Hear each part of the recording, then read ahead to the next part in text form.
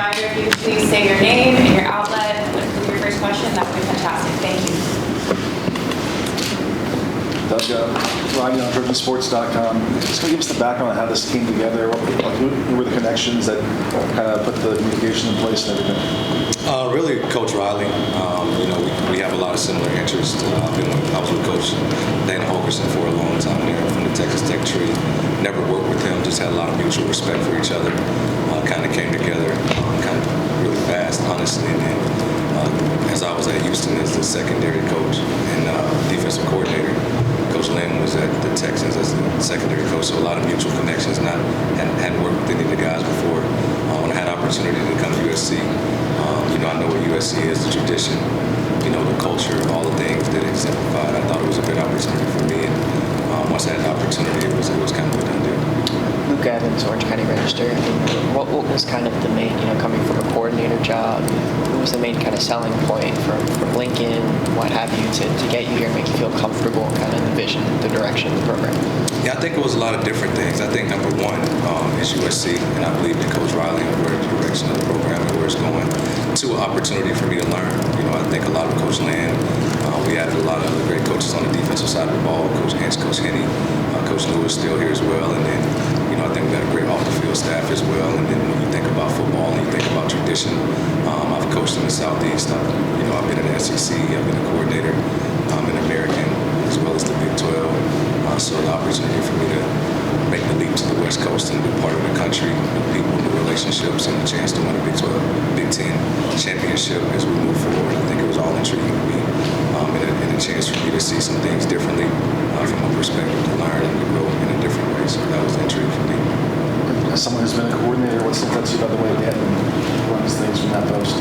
Yeah, I think a lot of similarities. We want to do a lot of things. I think in the conversations previous to me taking this job, I think we see things a lot alike from a football perspective. I think he's a brilliant defensive coach with a great philosophy, and I think we put together a great staff here at USC between him and Coach Riley's thought process and what we want to accomplish. So, having a chance to work with him, the way that he's going to control the scheme, pattern match defense, zone defense, being aggressive, we want to play attacking style of defense. So I think, for me, that was the biggest intrigue. Duke Dino in with the LA Times. You've been here a little bit longer than some of the other assistants. What was your kind of impression of getting to watch some of the bowl practices? How much of the personnel are you familiar with in terms of what you'll be working with when spring I'm still starts? getting, familiar with the personnel. I think as soon as we touched down, I was here for 2 days before they left for the bowl game, so got to see a little bit of practice throughout the transition. And then I was able to watch the bowl game and kind of saw a few of the guys that were still here. But still getting very familiar with the personnel. We've been on the road recruiting for the majority of my time here. Christmas break, New Year's, and then you come back, and we jump right on the road and recruited for a while. So we're just kind of getting acclimated. But really proud of the way that the guys competed.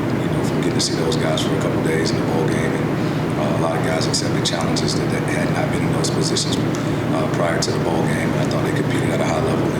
And so the guys that have been here, since we've been here, we've added some new pieces in a short amount of time. So kind of getting those guys more together here over the next couple of weeks before we start spring practice is going to be very important to build those relationships and then see what ultimately they could do and how we can use those guys. And I think defensively, we want to do what our players could do, not just be relying on the scheme. So I'm excited to get to work with all those guys as well. Any qualities, traits that the guys that you're looking to add to your room here at USC that you need to see from those guys they need to possess? Not in particular. I think they come in all different shapes, sizes, and forms, and talent levels, and different levels of ability. But I think the one thing that stands true is that we want guys that love to compete and that love football and they want to be at USC and compete at a high level. We want guys that have versatility and that we can mold into what we want to do defensively. So I don't think it's one thing in particular, but I think guys who have a versatile skill set to do things well, they fit what we want to do from a cultural standpoint as well.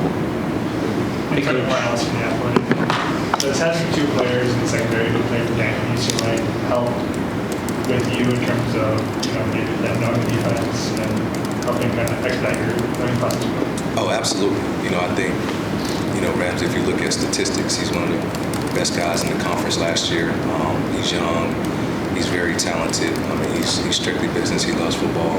And him being a safety, being able to be a field general back there, I think is going to help us tremendously. And then you look at John. He's played a lot out at corner at UCLA, and he's been very successful. So, guys who understand the scheme, one, it curbs the learning process, and two, I think it gives other guys around the confidence with the way that they can communicate. We're going to put a big emphasis on the way we communicate, the way we practice, the way we play. So having some guys familiar with Coach Lynn and then having guys who understand the scheme from my perspective, from a teaching perspective, is going to be big for us, I think. What are your thoughts on Braylon Conley? Oh, I'm excited about Braylon. I've been knowing him a long time. I recruited him previously to this, so I had an opportunity to, see him over the last couple of weeks while I was on the road recruiting. I think he's versatile. I think he can play corner, nickel, and safety. And he's one of those guys who I think, fell in love with USC the first time he came on campus, and he's excited to be here. So when we have a chance to work with him, I think he'll do good things here. Hey, Coach, Connor Morissette with USCFootball.com. Could you describe just in general your coaching philosophy and just your strategy? Yeah, first of all, I pride myself on being a teacher. And I think, from my previous experience, I think I've learned even more about the big picture of football. And oftentimes, I think, as a position coach, you're so worried about your position. And for me, I want to be the best that I can be in all phases. But ultimately, I want to demand a lot from the players and hold them accountable, for doing things on and off the field the right way. But most of all, be a great teacher, be a great communicator. And obviously, hopefully my goal with coaching is when we recruit guys here and when guys play for me in particular, that they leave as a better person as well as a better player. And when Coach Riley describes his vision for USC's defense with this new staff, what does that look like ideally? Yeah, for me, I think we have to change the narrative. Obviously, everybody in the world knows what Coach Riley's been able to do with quarterbacks and, what our offensive staff has been able to produce as far as production points and big numbers. And I think our energy has to be that we have to match that. We have to set the tempo, we have to be aggressive, we have to be physical. And, we have to set a new standard for what we want to achieve here. And I think our guys are really excited, from our conversations with them. But we have to do that, the right way, by how we practice, by how we meet, and by how we prepare. And I think you'll see change defensively. Doug, Matt was just talking about, with Danton's scheme, there's kind of a lot of 4-2-5, a lot of this, and coming from a coordinator's background, you obviously have an understanding of, how secondary kind of works with defensive line and linebackers and what have you, and how do you see that, fitting into Dan's general kind of schematics and working with Matt and working with Eric and what have you? Yeah, I think it gives a big picture approach, kind of like you mentioned and Matt said earlier. I think that, really just being on the same page. I think we're going to be multiple in some things that we do. And if you watch him previous to being here and you watch some of the places that he's been from a pedigree standpoint, he's done a lot of things well. So I think for us, it's going to go back to, being around the players, seeing what they can do, having a baseline structure of what we want to accomplish and what we want to achieve. But, really for me personally, you can talk about the scheme, you can talk about what you want to achieve. A lot of it is a mindset. And a lot of it is changing the way that we think. And a lot of it is changing the things that we want to do, defensively. And then scheme kind of comes secondary to that. I think Coach Lynn's brilliant. I think we got great coaches. I think we got the personnel, to continue to build. And I think we'll continue to add to that. So the multiplicity of the things that, that we're going to cover with these guys in the spring, see what they do well and see what we're able to do and then build off of that. Coach Eric McKinney with WRC. We see sometimes safety coaches and corner coaches kind of splitting those up. When you're coaching the entire secondary, what goes into all those different positions? Yeah, I think it comes with detail, right? And I think the more you can learn and the more you can teach, I think guys have a greater understanding. And a lot of times when you're just a corner or safety, and I've done both, I think you really focus on one position. And in this day and age, with the different schemes that we're going to face in the league that we're going into, I think it's really important that, we have a big picture approach as far as learning, because we'll cross-train a lot of guys, play multiple positions as we play multiple schemes. I mean, we'll see spread offenses in the new league that we're going into, as well as pro-style offenses. And week by week, we're going to have to place these guys a lot like puzzle pieces. And so the more that we can have cohesiveness in the unit, I think it creates accountability, and I also think it creates a sense of urgency, for everybody in the room. So I'm excited to get these guys in here so we can see what we got. But I think, we just got to be detailed in our approach and how we do it. And I think, having the unit together is going to be really good for our defense. And I think for myself personally, having been in front of the unit a lot and having been a coordinator, I think that, having the secondary, you have all the adjustments within the back end typically, for shifts, motions, and different formations. And I think, the communication aspect is going to be really big, for us to go where we want to go. And I think that if we can get that right on the back end, we have a really, really good chance of being successful. Was that a conversation you had specifically with the coaches, or did they come, or with Danton, like, we want to keep the secondary combined, or was that, how did that come? Not in particular. I mean, I'll run the secondary unit, but Coach Lynn's a secondary guy as well. And so we'll have a chance to, put our minds together on a lot of different things. And, he's going to spend the majority of his time coordinating defense, and I'll spend the majority of my time investing in the players and coaching the secondary. And as we get into more game plan specific things, I think you'll see, more from, the combination of us working together. And I think, it'll benefit our players tremendously to have both of us in there. And, when he needs to work with a specific group or I need to do something specific, we have that ability as well. From the offseason program or just your meetings with the guys, do you identify any leaders in your unit? Not really. We're just kind of getting started. I've had individual meetings with the players. I saw them in the bowl game. Some of the older guys like Bryson and in particular Jalen. I kind of expect some of those guys to take the lead to start off with because they've been here, they've been good players, and Jalen's kind of played every position in the secondary. I think it's his time, in my opinion. I haven't had a chance to work with him in particular. And then you have some older guys that we've added to the group that I expect to provide some leadership in those roles as well. So we'll see how they react. But just as far as the guys that have been here, I think that's where I think it starts, and we'll see how they do. But with his versatility, do you see a spot that you think fits best for Jalen? I think he's a big league player. I think he does a lot of things well. I think his ability to play man-to-man and be aggressive and tackle football gives him a lot of ability to do a lot for us.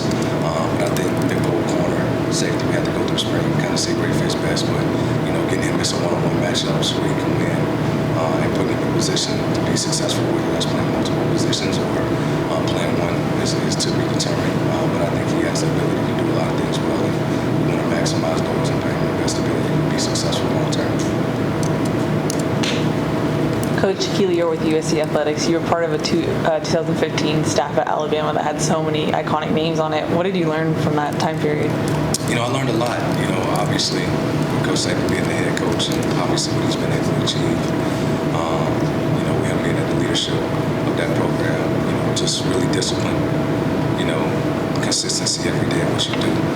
Accountability and how you do that, and really just the teaching aspect of it, and teaching guys why it's important to do things the right way and how they should attack each and every day. I think I took a little bit from so many different people there, and a lot of those guys now are head coaches. And I think we all have a lot of the same visions, and everybody's kind of broken away and done their own thing. And I think it's pretty unique to see, where everybody has gone since 2014, 2015. And I'm just excited that I've been able to progress my career from a lot of lessons that I've learned, from those times being there. Have you had a chance to speak with Nick since, the retirement and he took the USC job and everything like that? No, I haven't. Not since before he took it. Yeah. But not since he retired. And so I'm sure he's doing well. And I think he's going to college game day. I don't think he's moving away from college football too fast. Right.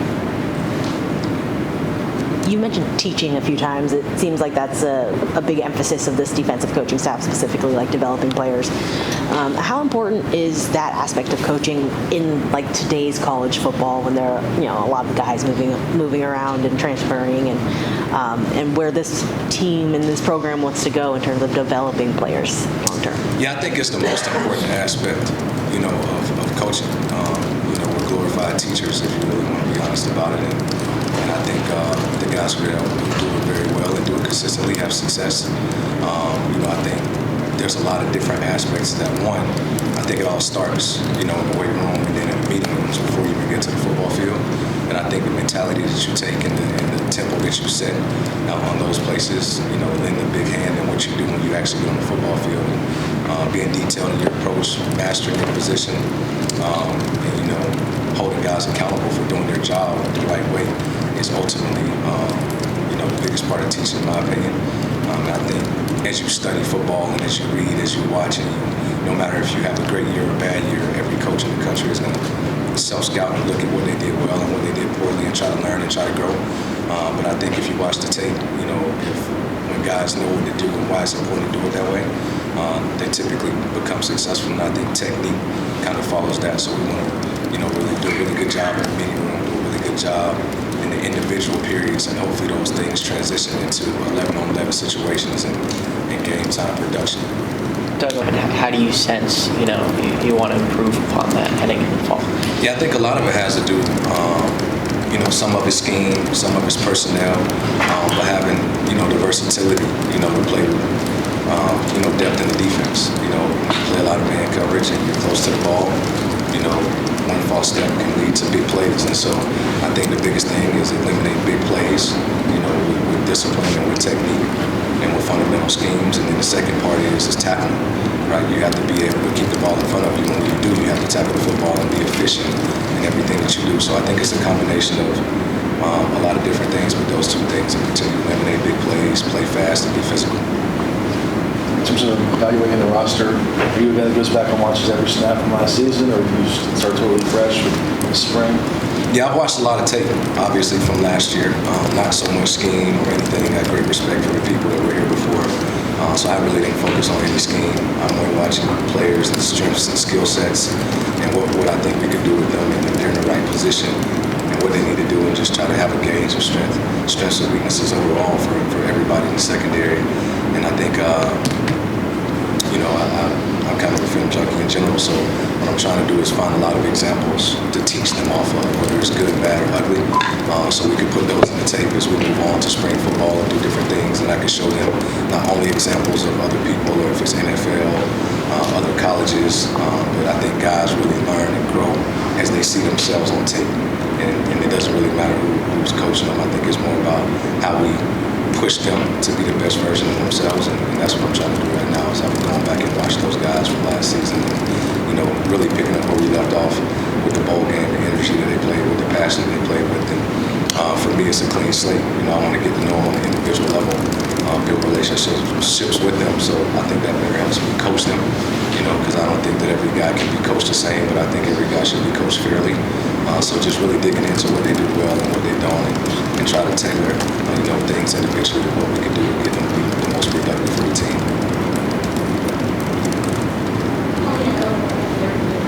How do you anticipate the game changing? That's a little bit above my pay grade. But I think it's changed a lot, just specifically, with the opportunities that these young men are presented today. And, I think a lot of times, I think they deserve whatever they get. But just, I think it could be a positive and a negative. I think it's awesome that they're getting opportunities off the field, to build a brand for themselves, to be able to be compensated within the rules and all those different things. But I think you can't let that be a distraction of what you're ultimately here for, right? And so, that's really my goal with NIL, is to, lead them in the right direction as far as, football, and guide them in the right direction, and all those other things kind of fall in place with a lot of other people within our program. But, not let them be distracted by it, put them in the best position for them and their family, and hopefully it's positive gain for them moving forward. Why is coaching fairly something that you verbally express that you want to do? Yeah, because I really think that, you got to challenge guys differently. Some guys, you need to get after them a little bit for them to respond, and that's what they respond to the best. And then some guys you got to pull to the side or bring them in and show them specifically what they need to do. And I think the more I get to know these guys, and the better that we communicate, build relationships, I'll know how to coach each and every one of them differently. And I think that everybody responds differently to challenges. Some people want to be challenged publicly, and then some guys, will shut down a little bit based off how you coach them. So we're going to be fair, and I don't decide who plays the film does, right? And so we want them to put it on tape, and we want them to be productive, but also want to, teach them a lot more outside of just, how we coach them. And I think that's a big thing, because, we got a lot of different type of guys in the room, right? We got a bunch of tall, lean, long guys, and we have some shorter guys that are more explosive. And and fast twitch. So sometimes even with techniques, we'll teach those guys a little bit differently based off of their skill set. And in my opinion, that's the best way, to really develop is making sure that we do things that most benefit our players long term and short term for the team. Doug, just curious, what's your ultimate goal and, coaching down the line or what have you? Is it, NFL job? Is it head coach of college team? Yeah, I think it's changed for me every year. Yeah. I really don't have, really a specific thing that I want to do. I get this question obviously a lot about head coaching. I do have aspirations, but right now I want to be the best secondary coach in the country. That's my number one goal. I want to support Coach Land. I want to help Coach Riley get this program where we need to go. And then I think everything, falls in place when one of us has success. I think everybody has success. So, that's really my main focus now is, not looking too far in the future, but being the best that I can be right now for our players and our staff. Do you have a specific kind of like a trait or a calling card that you want your secondary to kind of show, like, this is the one thing that we are going to be really good at every single play? I got to get to know them a little bit, as we develop an identity. And that's how I like to see it is, what is our identity going to be for this season?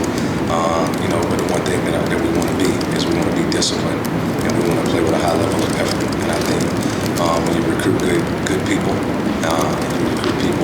that work hard, whatever you want them to do, and whatever the challenge that they accept, they're going to get better at. And so that's what we're going to start as we build an identity for this fall, and we're going to pick up, whatever pieces we add and the pieces that we have, and try to make the best secondary in the country do the best that we can do with what we have. What's the transition been like for you personally, going to a part of the country you haven't worked in before, and a conference you haven't worked in before? I love accepting the challenge. I've talked about those things, and I grew up in the Southeast, and I've been a Division II coach to start my career. I've been in the SEC. I've been in the East Coast, and then been in Texas for the last 5 years.